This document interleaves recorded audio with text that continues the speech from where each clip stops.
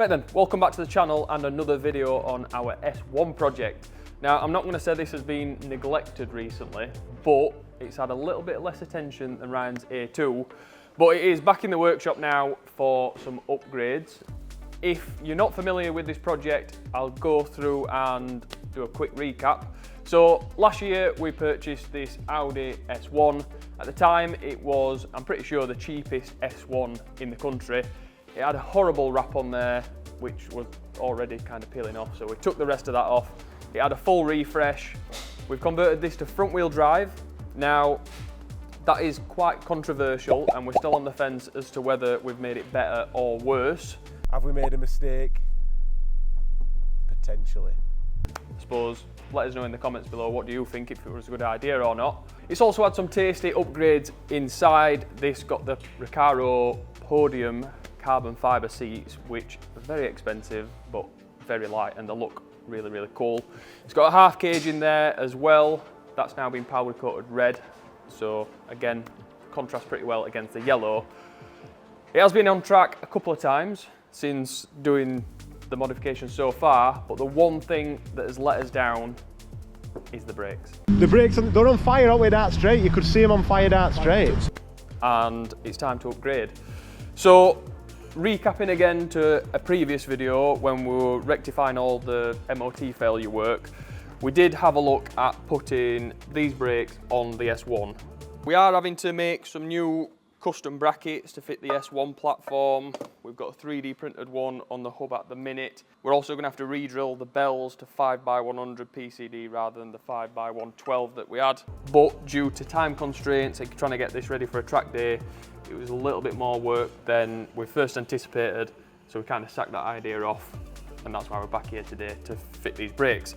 So Charlie's already got that mocked up. We'll not look at that too closely until we've had a look at the parts on the bench. So starting with the calipers, these are the Brembo Pista calipers, 6 pots. These very brakes are what we ran on the Caddy when we took it to the Nürburgring and got the fastest van record.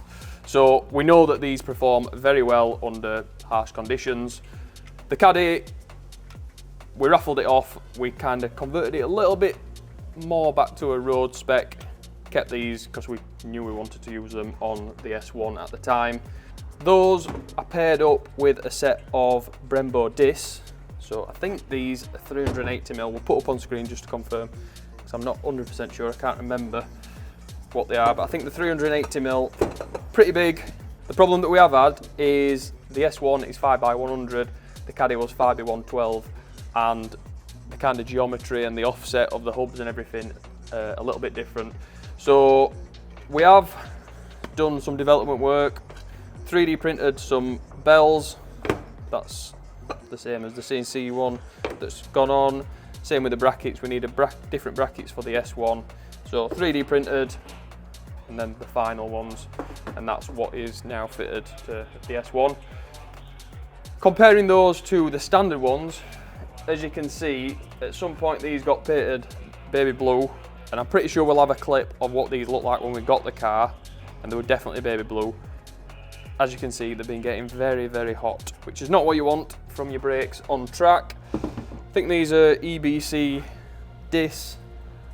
I mean, for your average track day goer, they'll probably do the job. But when you've got Scott and Ryan behind the wheel, they're not exactly sympathetic towards the brakes.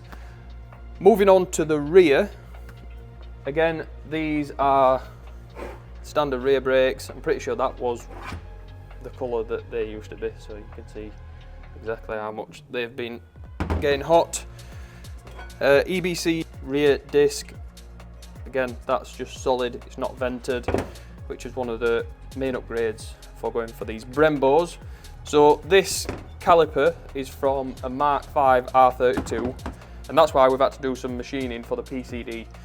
Now, it's a little bit of a backwards upgrade this, it's not the conventional way to do things, but these are what we used to run on the TT race cars. So we had spare calipers, we had spare discs, kind of made sense to make the use of them. So most people just fit Mark IV platform R32 rears. I think the like Mark 1 TTs are the same, but yeah, we had plenty of these spare, so we just thought we'll make use of them. Re-drilled the PCD from 112 to 100, and then those should go on. So bit of a size increase compared to the standard ones, and then again solid to vented. So it should help them keep them a little bit cooler. So we've covered the calipers and the disc. Now we'll move on to the pads. So we usually run the RS29, Pagid RS29 to be exact, pads on the race cars, and we know these perform very well. The only problem is the Pagid RS29 are endurance pads, and as you can see, very thick. Unfortunately, they don't fit in with these calipers. Now, we've done it before, I think we did it on the Mini. You could machine these down to reduce the thickness and then they would fit in the calipers. But this time we've gone for the endless pads. Now, as you can see, the thickness of these is quite a bit thinner. So they fit straight in the calipers. These have got a very good reputation with the M cars. I know a lot of M4s, M3s run these, especially when going to the ring. So I think they're going to do the job. Like I said, mainly the benefit is they're just going to go straight in and we don't have to modify them. And that's about it. So we'll let Charlie crack on with the other side, and then once we have these fitted, we'll probably need to test them to make sure they're better than those old crappy ones. So we'll either do that on the road, or the second half of this video we'll be going to track and testing them out properly.